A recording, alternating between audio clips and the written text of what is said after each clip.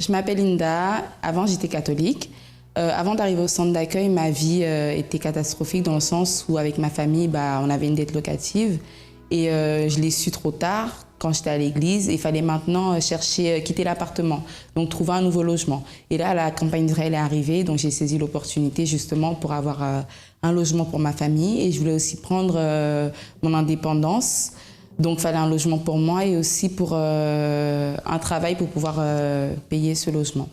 Donc voilà, j'ai sacrifié, j'ai vraiment donné mon tout dans cette campagne. Et voilà, Dieu, il a béni à la fin, il a béni, j'ai eu mon logement, ma famille aussi, j'ai eu le CDI qui allait avec. Je m'appelle Vanessa.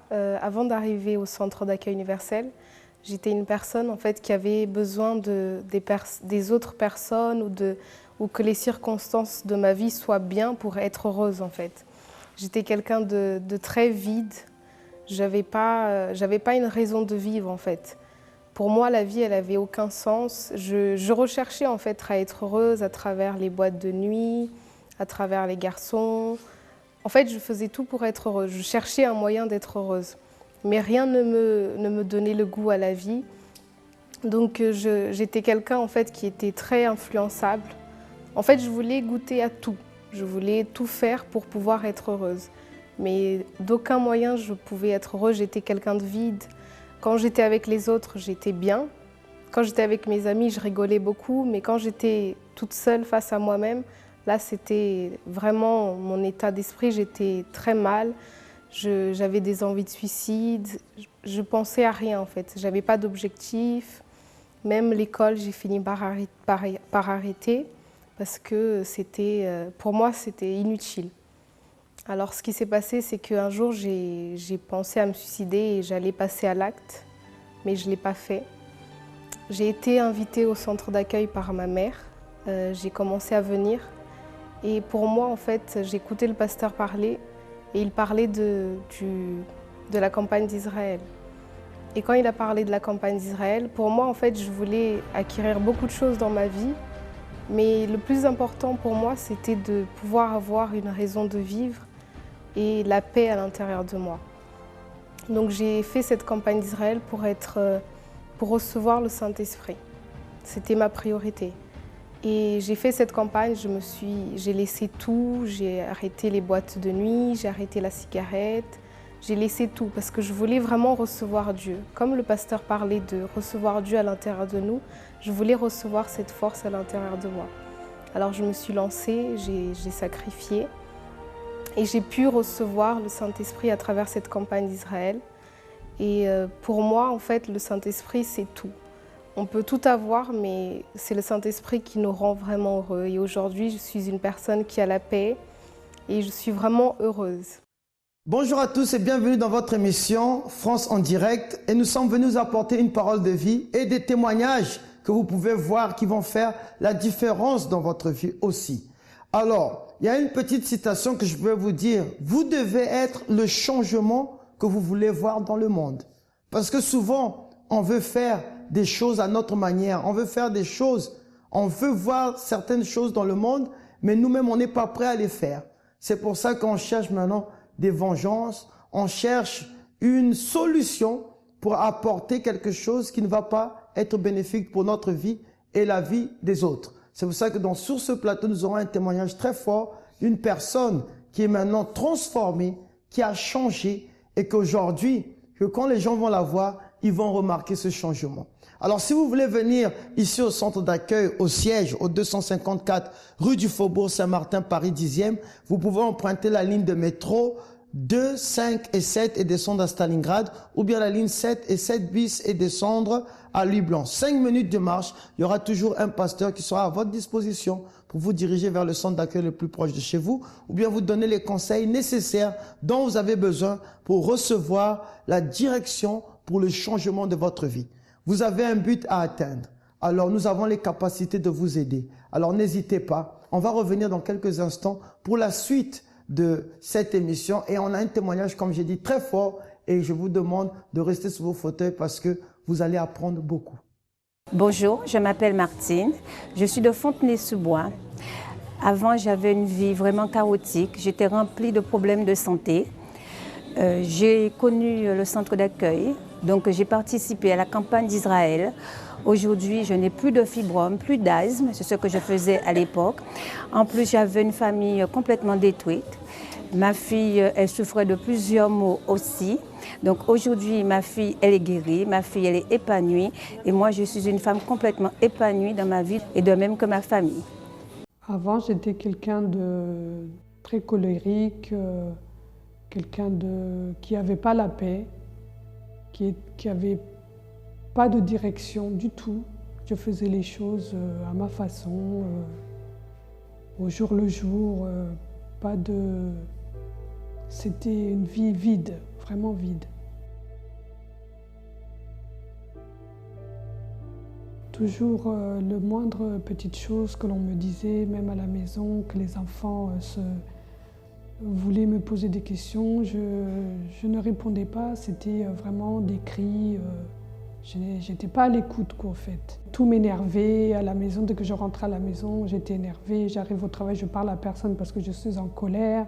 Je ne ressentais pas cette paix. J'étais toujours en colère. Dans mon travail, mes collègues, elles disaient oui, Linda, elle est fâchée. Ça se voyait directement, en fait.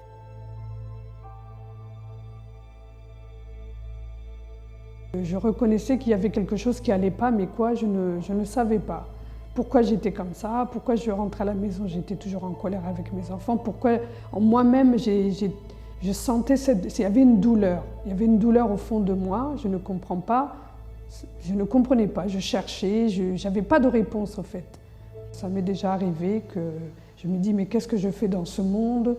Pourquoi je vis puisque je ne suis pas capable de m'occuper de mes enfants, de leur apporter une vie agréable. Je me disais au fait je les ai mis au monde mais pour les faire souffrir parce que moi-même je souffrais. Au fond de moi il y avait une souffrance que je ne comprenais pas, que je ne savais pas d'où ça venait. Donc il y avait cette question qui passait, qui venait dans ma tête parfois me dire ça ne sert à rien de continuer de vivre, même si j'ai une maison, j'ai un travail, j'ai des enfants, mais je n'avais pas la paix, donc pourquoi continuer de vivre? Donc parfois je me disais, je cherchais même comment faire pour terminer avec ma vie. Je cherchais la solution, sauter d'un pont, la solution la plus facile au fait, mais bon après ça passait, mais souvent ça me traversait la tête. Je suis arrivée au centre d'accueil, je suis arrivée, j'ai écouté, j'ai regardé, j'ai observé. Il y avait les propos, on parlait des propos qu'il y avait à faire. Tel jour, il y avait telle prière. Alors j'ai commencé à faire les réunions de mercredi, tous les mercredis, parce que pour moi c'était plus important, avoir la paix. Madame Linda aujourd'hui c'est une autre personne, si je peux dire ça. Je peux même le dire avec le sourire parce qu'aujourd'hui j'arrive à sourire, je suis plus sereine, j'ai vraiment la paix, je suis restaurée et je peux dire que je suis une nouvelle Linda.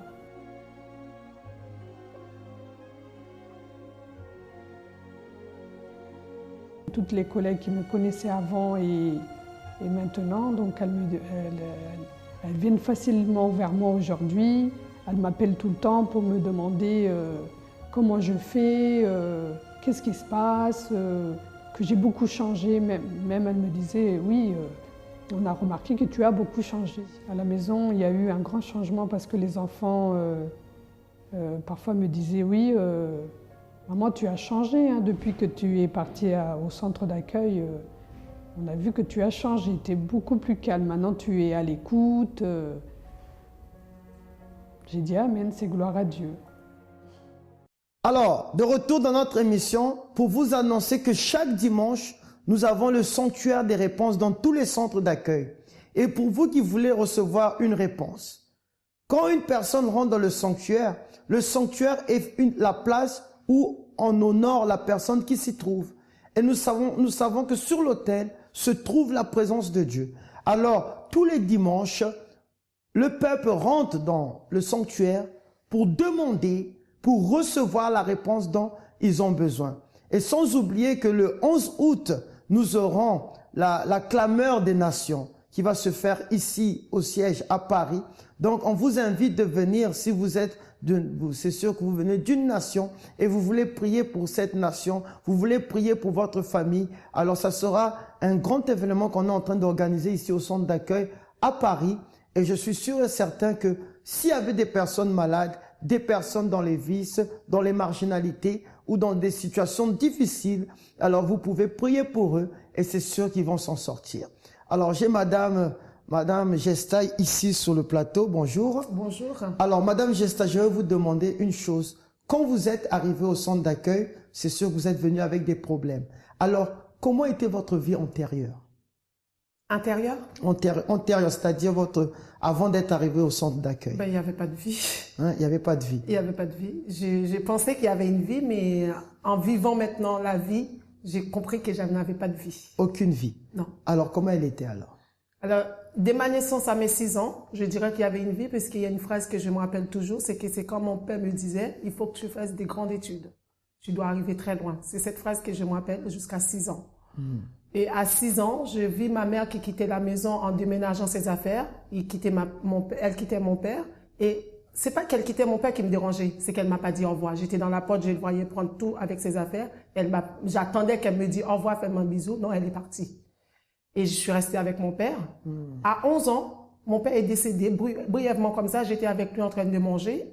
Et il a fini de manger, il a eu mal. Et il a tenu ma main, il est mort avec ma main serrée dans sa main. Et quelques jours après, mon père est enterré. Et on m'a fait comprendre tout ce que j'ai compris. Il a été empoisonné par le repas, mais j'étais trop petite pour me donner le détail. Bon, qui était tout ce que je me suis dit, puisque j'ai au moins le nom de la personne qui l'a empoisonné, je dois me venger. Maintenant, donc ça, c'est l'image que vous avez eue dans la tête. Toute ma vie. J'avais 11 ans. J'avais 6 ans jusqu'à 11 ans. J'ai la haine de ma mère qui ne m'a pas dit au revoir. Et il y avait un petit truc encore, j'ai déjà vu qu'elle a fait, qui m'a donné la jalousie de ce que ma mère a fait dans le dos de mon père. Et quand mon père est parti, maintenant, je me suis dit, de ce que ma mère a fait subir, de ce qu'on l'a tué, maintenant, c'est à moi de venger pour mon père. Mais c'était un membre de la famille? Parce que vous avez non, c'était une voisine. C'était une voisine. C'était une voisine. Et apparemment, c'était une voisine qui était ce jour-là mon cible, mais il y avait de la famille qui était encore dans ce complot. Mais il fallait utiliser la voisine pour l'empoisonner, puisque c'est elle qui avait... Donc c'est comme ça que vous êtes arrivé? C'est comme ça que je suis arrivée au centre d'accueil. Au centre d'accueil. Oui. Donc ça, c'est une vie d'amertume. Comme vous pouvez voir, regardez comment une personne peut vivre avec tous ces problèmes. Dès la naissance, la personne est persécutée dans les tribulations. Maintenant, on va revenir, on va faire une petite pause, on va revenir. Maintenant, elle est arrivée au centre d'accueil. Mais comment détruire tout ce passé? Comment enlever tout ce passé et pour avoir une nouvelle vie? Il n'y a que Dieu qui peut le faire. On va revenir dans quelques instants. Mercredi est le jour de la guérison intérieure. L'apprentissage du développement spirituel et de la force intérieure qui vont vous aider à affronter la vie et les problèmes d'une manière différente.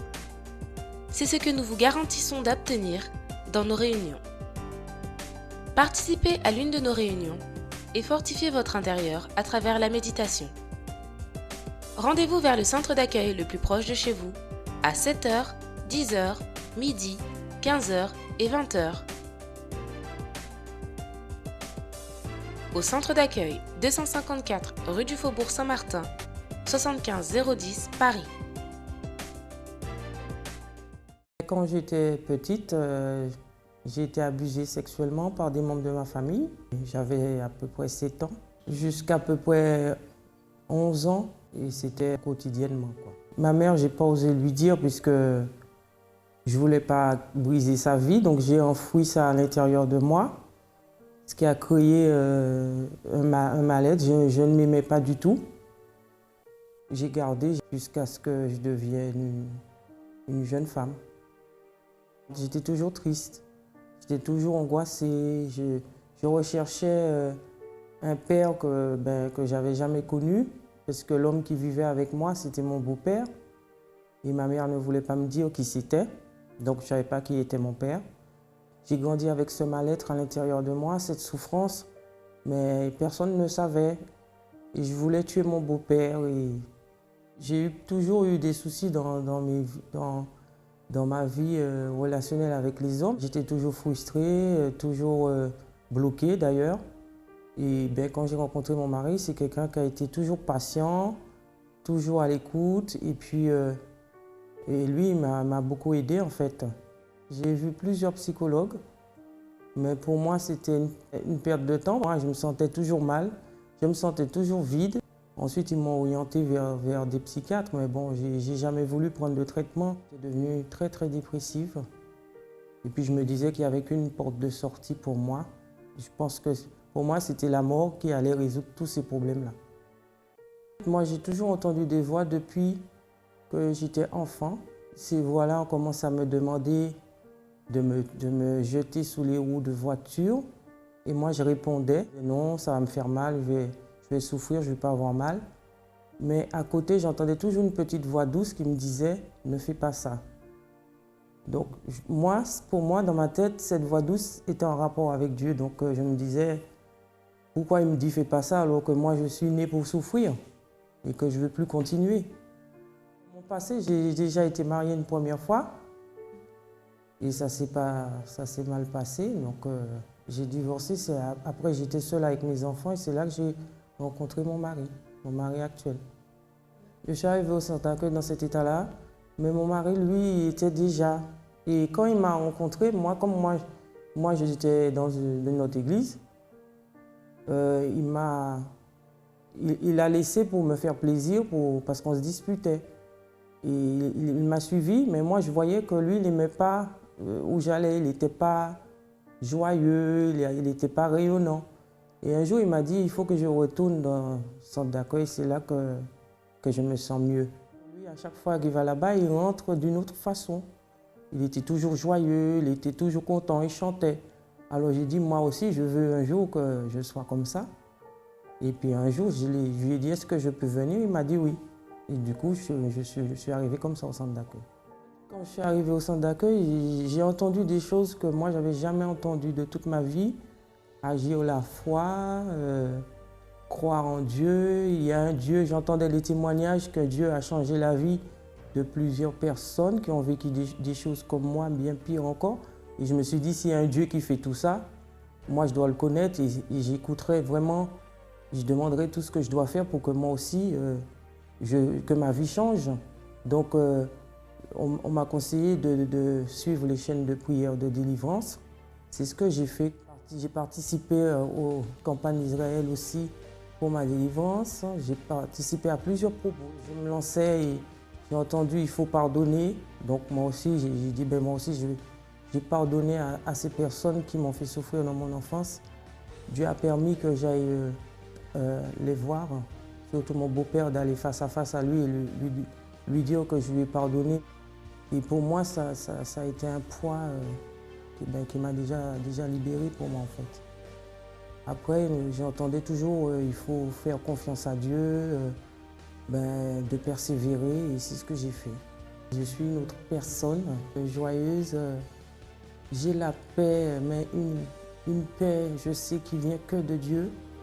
Parce que toute ma vie, j'ai cherché à combler ce vide en faisant plusieurs choses erronées.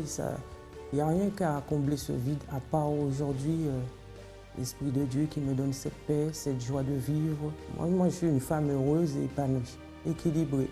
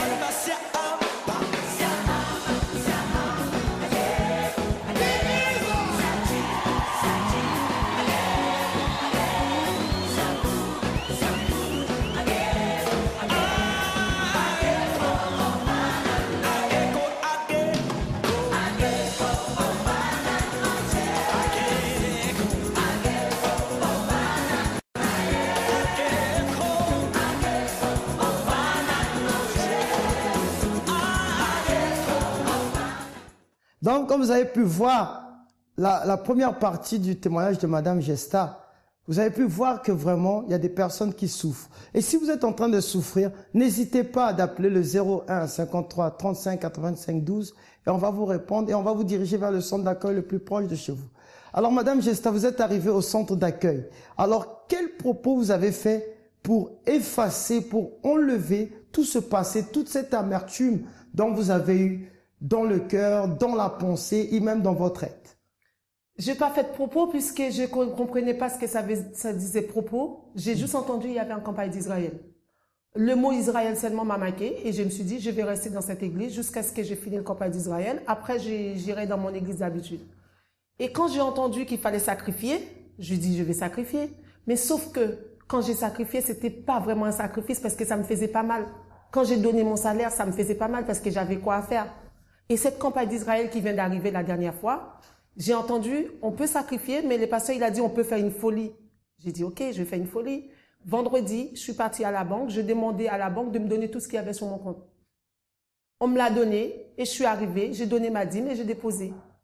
C'était même pas après, hein. Avant même, j'ai reçu une nouvelle qui dit que mon fils, il est accepté à la Sorbonne. Une semaine après, j'ai entendu, mon fils, il a eu son bac.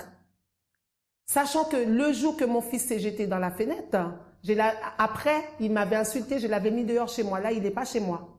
Mais aujourd'hui, il y a la paix entre lui et moi. Il y a la paix dans ma maison. Il y a la paix à l'intérieur de moi. La personne qui m'a violée, je les pardonne. J'ai plus rien dans mon cœur. La personne qui a tué, je sais pas. Aujourd'hui, tout ce que je sens, c'est la joie de vivre. Aujourd'hui, j'ai pris. Donc, en un seul coup, un passé de, je peux dire, plus de 20 ans, vous avez pu pardonner. J'ai 38 ans. Parce que vous avez agi à travers une action de sacrifice, une action que le pasteur n'a pas forcée. Ah non, le pasteur ne pouvait pas me forcer parce que je suis trop têtue. C'est juste que le mot de sacrifice, je ne savais pas si c'était écrit beaucoup dans la Bible comme ça. Moi-même, j'ai découvert comment les mots sacrifice dans la Bible, je l'ai compris. Le pasteur a parlé, mais moi, je suis partie et j'ai lu et j'ai compris. Donc, vous croyez que là où il y a sacrifice, il y a résultat? Ah oui, ça marche. Parce que vous êtes un témoignage vivant. Ça marche. Alors, qu'est-ce que le centre d'accueil représente pour vous? La vie. La vie. Direct. La vie. Bon, vous êtes vraiment têtu, hein? La vie. Alors, la vie. Donc, là, vous pouvez dire que là, vous êtes... Mais c'est là que j'ai trouvé ma vie. Donc, auparavant, vous n'avez pas une vie? Non, j'ai jamais eu la vie. Mais maintenant, vous vivez? J'ai vis. Et maintenant, je vis pour Dieu. Alors, vous pouvez voir, vous qui nous regardez en ce moment, il y a des personnes que, comme Madame Gesta, pourtant, elle respirait, elle vivait tous les jours, elle dormait, elle mangeait, elle allait travailler, elle avait un objectif de respecter ce que son père lui avait dit de faire des longues études, mais elle n'était pas en train de vivre, elle était en train de survivre. Et beaucoup de gens ici survivent, ils ne vivent pas. Pourquoi? Parce qu'il n'y a pas la paix, il n'y a pas la santé, il n'y a pas l'allégresse, la joie, le partage. Et c'est ça qui manque. Et vous voyez comment sa vie a pris une tournure en mettant Dieu à l'épreuve à travers le sacrifice. Alors vous qui nous écoutez, je vous dis à demain et soyez sûrs que par votre action, votre vie peut changer.